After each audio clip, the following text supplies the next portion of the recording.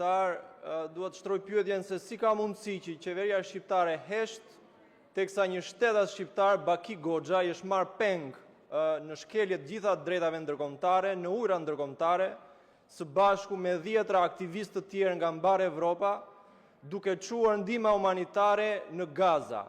Ndërkohë që kryeministrat apo ministrat e jashtëm të vendeve tjera si të Francës, të Spanjës, të Holandës, madje vetë Giorgia Meloni e Italisë, kanë thirrur ambasadorët izraelian të vendeve përkatëse për të dhënë llogari, madje për të kërkuar falje për qëndrimin dhe ato shfaqje të turpshme që ka dhënë shteti i tyre. Atëre, unë shtroj pyetjen, pse heshtim ne?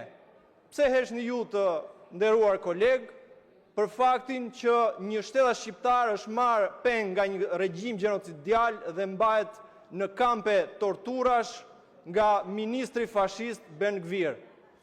Si ka mundësi që nuk reagoni dhe ç'do të bëni nëse e njëjta gjë do ndodhte që të merrej peng një shtetas shqiptar në dedin Mesdhe jo nga izraelianët, por nga rusët apo nga iranianët? A do nënshkruhet atëherë rezoluta për t'i shpallur shtetet terroriste? Atëherë pse s'flisni tani? Si ka mundësi që heshni? A jeni krenar me faktin që kryeministri i këtij vendi, Edi Rama, shkoi në shtëpinë e Benjamin Netanyahu dhe u porul para tij, përpara një njeriu që kërkohet për krime lufte dhe krime kundër njerëzimit në Gaza nga gjykata penale ndërkombëtare? A ndjeni krenar për këtë gjë? Si ka mundësi që nuk reagoni? Për çfarë, nga kush keni frikë, nga çfarë trembeni? Apo pretendoni se po mbroni interesat e shqiptarëve? Shqiptarët i kanë mbrojtur interesat e tyre, kanë ditur vetë të dalin zot të interesave të tyre dhe të pozitës tyre atëherë kur kanë vënë jetën e tyre në rrezik për të mbrojtur hembrejt në luftën e dytë botërore. Prandaj ne duhet të jemi mirënjohës Bakiut, sepse është pikërisht ai që është ambasadori më i mirë i vlerave shqiptare nëpër botë sot dhe askush më shumë se ai nuk e përfaqëson Shqipërinë në këtë sallë.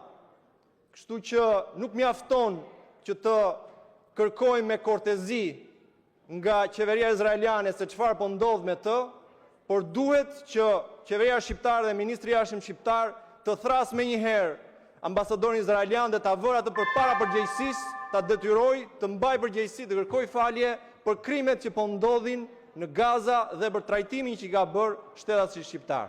Faleminderit. Faleminderit. Fjalën e ka zonja Ina Zhupa, më pas